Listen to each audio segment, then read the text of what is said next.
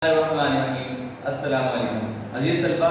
इस वीडियो में हम क्लास 9 यूनिट नंबर 12 उसकी रिव्यू एक्सरसाइज करेंगे। यूनिट नंबर 12 का नाम था line by sector and angle by sector. तो चैप्टर के स्टार्ट में हमने पढ़ा था लाइन बाय सेक्टर क्या होता है और एंगल बाय सेक्टर क्या है। तो अगर एक लाइन आपकी लाइन को दो इक्वल पार्ट में काट रही है तो आप उसे कहते हो लाइन बाय सेक्टर है। अगर एक लाइन आपके एंगल को दो इक्वल पार्ट में काट रही है तो आप कहते हैं ये एंगल बाय सेक्टर है। तो इसी तरह हमने उसके बाद कुछ थ्योरम किए थे लाइन बाय सेक्टर और एंगल बाय सेक्टर से रिलेटेड। अब हम उन्हीं ही कांसेप्ट को यूज करके रिव्यू एक्सरसाइज करेंगे। तो रिव्यू एक्सरसाइज में क्वेश्चन नंबर 4 लिखा हुआ है if triangle ABC is an equilateral triangle. अगर ये ट्रायंगल जो मेरे पास दिया है ना ABC ये इक्विलेटरल ट्रायंगल है। तो इक्विलेटरल ट्रायंगल में हमें पता है कि उसके हर एंगल इक्वल आएगा, उसकी हर साइड भी इक्वल आएगी।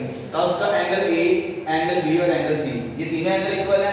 उसकी साइड AB, BC और ये BC और CA ये भी आपके पास इक्वल है। ये उसके बाद खुद ही कह रही है and AD is the bisector of angle A। जो AD है ये एंगल A को बाइसेक्ट कर रही है। बाइसेक्ट का मतलब है कि किसी भी चीज को दो इक्वल पार्ट में काटना। तो अब जो ये लाइन AD है ये पूरे एंगल A को दो इक्वल पार्ट में काट रही है। इसका मतलब क्या है कि वो x और y डिग्री में काट रही है। अब जितनी वैल्यू हमारे पास x की आएगी उतनी ही वैल्यू मेरे पास y की आनी है।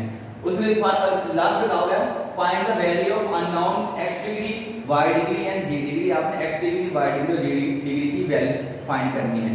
तो हम यही वाली जो रीजन है इक्विलेटरल ट्रायंगल की ये यूज करेंगे। स्टार्ट पे ये हमारे पास आएगा इन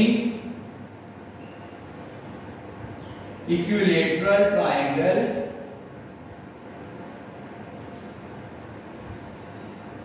every angle is of 60 degree. Equilateral triangle में हर एंगल 60 डिग्री का होता है। इसका मतलब क्या है this implies that angle ABC is equal to 60 degree. ABC का मतलब है ये ABC ये जो ऐसे एंगल बनेगा A B और C। यहाँ जो B के ऊपर एंगल बनेगा अब वो 60 डिग्री है। अब इस B के ऊपर जो एंगल बना हमारे पास है क्या Z नॉट Z डिग्री यहाँ चलेगा Z degree is equal to 60 degree. यहाँ से मेरे पास Z की वैल्यू आ जाएगी। ठीक है। अब इसी के बाद बारी आ जाएगी x डिग्री और y डिग्री कितना है। तो हम इसी को यूज करेंगे कि मेरे पास जो एंगल है एंगल BAC वो मेरे पास आ रहा है 60 डिग्री। मीन जो BAC ये ऐसे एंगल बन रहा है इस B A और C दरमियान में A आ रहा है। जो वर्ड दरमियान में आता है उसको पर एंगल बन रहा होता है। तो यहाँ ये एंगल टोटल 60 है लेकिन जो ये AD है ये इसको बाइसेक्ट कर रही है। तो हम क्या लिखेंगे जो BAC पे दो एंगल मेरे पास पड़े हुए हैं। एक मेरे पास है x डिग्री और एक मेरे पास है y degree which is equal to 60 degree. अब मुझे पता है जो AD है उसने मेरे दोनों जो इस एंगल को इक्वल पार्ट में काटा है। इसका मतलब x और y दोनों आपस में इक्वल है। तो यहाँ लिखेंगे since x degree is equal to y degree ये दोनों सेम है। तो यहाँ से आ जाएगा x degree plus x degree is equal to 60 degree. और यहाँ से अगर मैं इसे इधर लिखूं इसे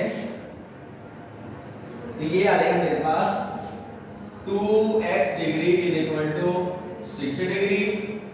x degree is equal to 60 degree over 2 x is equal to 30।